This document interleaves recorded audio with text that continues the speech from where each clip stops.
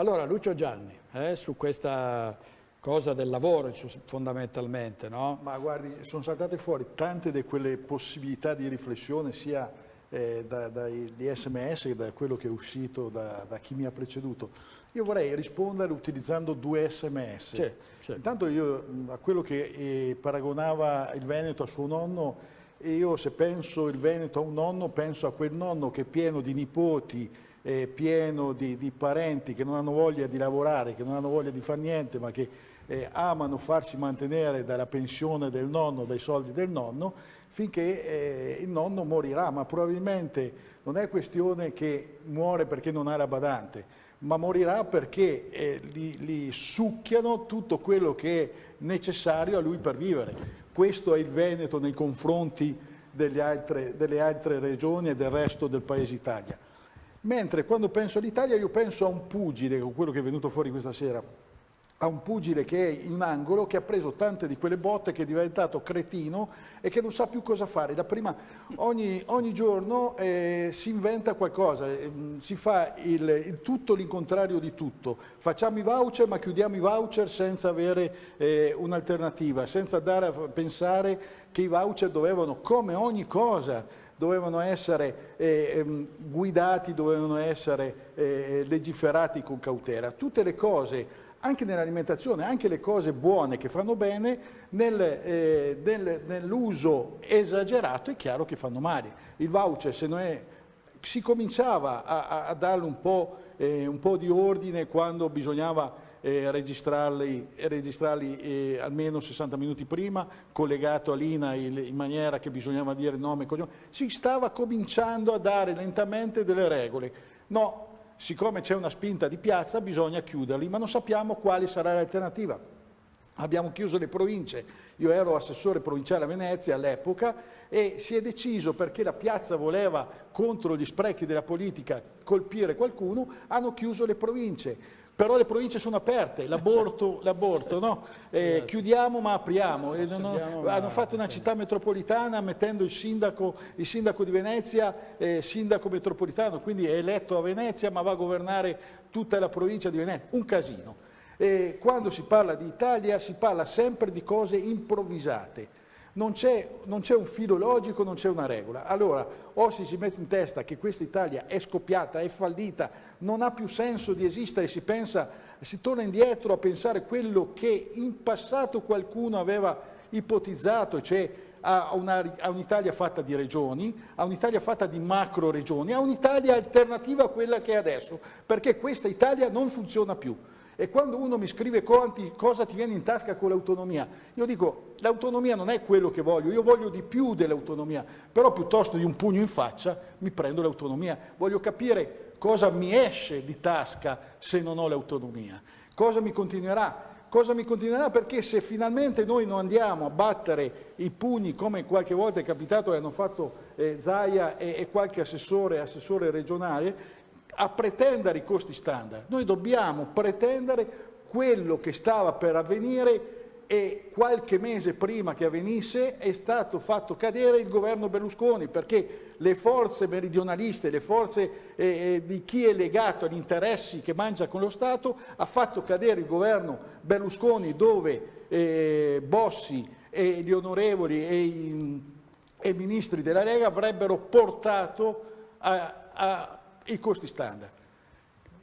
I liani di pensione mancano i decreti esecutivi, ma in Italia sono migliaia e migliaia di leggi ferme perché mancano i decreti esecutivi. Addirittura ho sentito e sono stato inorridito un servizio mentre guidavo un servizio del Rai 1 che mi sembra mancano i decreti su certe leggi di stabilità dello Stato. Ci sono 5-6 leggi che è la base dell'amministrazione dello Stato, che mancano i decreti esecutivi. Quindi siamo allo sfascio, rendiamoci conto che è inutile che pensiamo a parlare. Noi andiamo a votare, è chiaro che il referendum deve essere un referendum di popolo, non un referendum di partito. Io sono anni che lo dico. Non ci sono i veneti della Lega, i veneti di Prima il Veneto, i veneti di Indipendenza Veneta e i veneti dall'altra parte. Ci sono i veneti. Io prima sono veneto, poi sarò del PD, sarò della Lega, sarò di Forza Italia. Prima di tutto sono veneto e pretendo che sia riconosciuta la mia dignità di veneto e pretendo che sia riconosciuta la possibilità di dire la mia. Ripeto, io vorrei di più di quello che è un referendum sull'autonomia, però intanto prendiamoci questo referendum e pretendiamo di andare a votare, che sia un referendum di popolo dove ognuno sia libero di votare in coscienza per quello che pensa e non perché da Bologna, da Firenze o da qualche altro territorio, da Milano e da Roma gli viene data indicazione di votare contro se stessi, contro il Veneto. Noi veneti abbiamo una storia, abbiamo una tradizione e dobbiamo recuperarla. Valentina Visentin, cosa ne pensa Rosa Poloni? Allora, io volevo dire sull'indipendenza, io faccio parte di un movimento, io sono veneta ma sono anche italiana. Vorremmo un mondo ideale, che questa è una cosa, ci stiamo difendendo dall'Italia, non vorrei che fosse così, vorrei persone oneste che condividessero, perché veramente il girotondo di colori, tutti uniti, tutti pari, in cui avevamo sognato l'Europa, l'Italia, non è più, ci stiamo difendendo, cioè questa di chiedere l'autonomia è una difesa verso i furbi, perché il mondo non è più degli onesti, è dei furbi. Cioè ci stiamo fottendo l'uno con l'altro, invece di collaborare, di essere solidali. Allora questa cosa di chiedere l'indipendenza, cioè proprio ci dobbiamo difendere dall'Italia, non è giusto, io voglio che vadano a casa i furbi, gli stronzi, i deficienti, chi mangia sopra, voglio che vadano a casa tutti, abbiamo visto la Consip, abbiamo cercato di essere... Niente, ha mangiato anche lì, volevamo ottimizzare i costi, che le siringhe costassero Napoli e Venezia, no, ci abbiamo mangiato pure lì, no, chi specula va a casa, i disonesti vanno a casa, ecco, salvato Minzolini, no, non si salva Minzolini, Idem è stata mandata a casa per molto meno, per una palestra abusiva, un bidello, se ha una pendenza non va a fare il bidello, vanno a casa del Parlamento, poi quando sei eletto, liste nominate, poi cambi casacca, vai a casa, perché tu sei stato eletto, perché eri in quella lista di quel partito, quando cambi casacca, vai a casa. In un mondo di onesti non ci sarebbe bisogno di chiedere l'indipendenza, perché saremmo onesti, ognuno tiene le risorse a casa sua, io lo voglio, cioè vorrei che tutti veramente, invece no, la furbizia domina, ci stiamo difendendo con... Questo vorrei che capissimo, dobbiamo diventare onesti. Non è solo questione di onestà. Ma no, cioè voglio dire... È questione che siamo diversi. Cioè, no, non siamo diversi, nel Veneto ci sono siciliani, c'è di tutto. Non ci stiamo difendendo dai furbi, perché ci stanno fottendo tutte le risorse. È una cultura, è una mentalità, siamo diversi, siamo regioni diverse d'Italia. Si cresce nella diversità, bisogna anche crescere confrontandosi e rispettandosi. Ma infatti non ho detto di rompere l'Italia, ho detto di creare un'Italia fatta di regioni o di macro regioni, un'Italia dove ognuno può gestirsi a casa sua, un'Europa di regioni, di popoli, non più un'Europa di banche e di stati. Esatto. Questa è la diversità. Volevamo girotondo, invece abbiamo misuriamo zucchine e piselli, perché abbiamo basato a dare tutti in mano ai partiti. È vero, siamo d'accordo tutti che chi cambia casacca dovrebbe andare a casa, ma non è anche giusto che i partiti facciano le liste bloccate. No, non è giusto. E allora siamo di fronte a un'Italia che non è niente giusto. Non è giusto che chiudano i voucher, non è giusto che chiudano le province, non è giusto, abbiamo detto che non è giusto che... Io ho 50 anni in maggio, 59 anni. L'anno scorso avrei dovuto andare in pensione con l'anzianità che ho, non so quando ci andrò. Allora non è giusto. Stiamo andando avanti a dire non è giusto, non è giusto. Allora se cominciamo a dire quello che è giusto.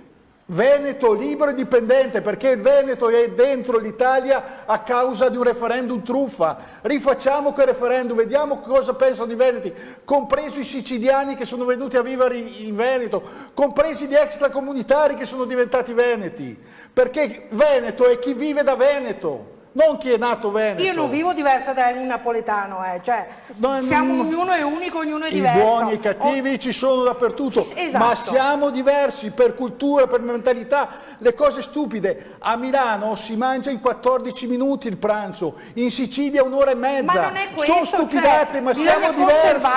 Siamo diversi, rendiamoci conto che siamo diversi. Ma si può conservare l'identità collaborando e non fottendoci ma non si può collaborare con invece ci fottiamo gli 2 mesi ai costi quando Fini e compagnia bella hanno fatto cadere il governo.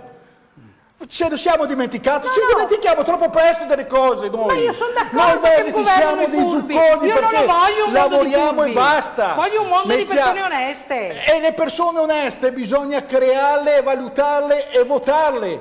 Ma se non ho la possibilità di votare per gli onesti, perché ho le liste bloccate che poi restano lì, e allora si non è autosalvano, giusto. Allora pensiamo a quelle cose che potrebbero essere giuste. Sì, io sto dicendo che ci stiamo difendendo. No, stiamo mettendo in pratica quello che avremmo dovuto mettere in pratica fin dall'inizio, fino a quando il Veneto ha accettato quasi all'unanimità. Ma possibile che non pensiamo a quel referendum dove che tutti hanno detto sì, perché c'erano i carabinieri? Ma guardate che anche la Sicilia ha votato nella stessa maniera, l'entrata in Italia con i carabinieri, non siamo stati gli unici.